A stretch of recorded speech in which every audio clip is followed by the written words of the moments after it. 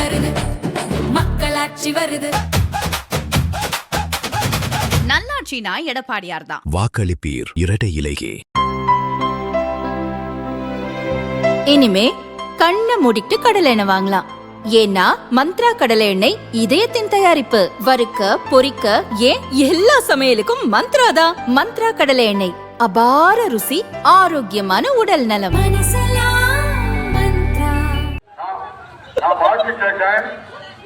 தாய்மார்கள் தயாரா இருக்க அது 200 ரூபா குழப்பம் விளைவிக்க. அவங்க யாருமே உங்களுக்கு தெரியும், எனக்கு தெரியும்.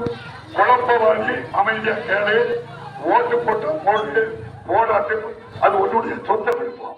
நெல்லை மாவட்டம் ராதாபுரம் தொகுதி சிட்டிங் எம்எல்ஏவும் சபாநாயகருமான அப்பாவு மீண்டும் திமுக சார்பில் அதே தொகுதியில் களமிறங்கியுள்ளார். வள்ளியூர் பழவூர் அருகே அம்பலவானபுரத்தில் ஓட்டு சேகரிக்க சென்ற அப்பாவு பிரச்சார வேனை அந்த ஊர் பெண்கள் வழிமறித்தனர். அரசு திட்டம் எதுவும் எங்க ஊருக்கு வரல, நீங்க ஓட்டு கேட்டு வரக்கூடாது என்று பெண்கள் கூச்சலிட்டனர். திமுகவின் முன்னாள் எம்பி ஞான திரவியத்தின் சொந்த ஊர் இதுதான். அவரது தூண்டுதலில்தான் மக்கள் இப்படி செய்வதாக அப்பாவு பெயர் சொல்லாமல் குற்றம் சாட்டினார். ஒரு கட்டத்தில் ஆத்திரமடைந்த அவர், நீ எனக்கு ஓட்டு போட்டா போடு, போடாட்டி போ, ஆனா ஓட்டு கேட்டு வரக்கூடாதுன்னு என தடுக்க முடியாது என்று ஆவேசம் காட்டினார். பின்னர் மைக்கிலேயே உள்ளூர் பிரதிநிதி பாஸ்கர் என்பவர் பெயரை சொல்லி பிரச்சனையை ஆஃப் செய்ய முயன்றார். கீழே இருந்தவர்கள் அப்பாவு பேச பேச நக்கலாக கவுண்டர் கொடுத்தனர். இது தொடர்பான வீடியோ வெளியாக தீயாக பரவி வருகிறது. தாய்மார்கள் தயாரா இருக்க.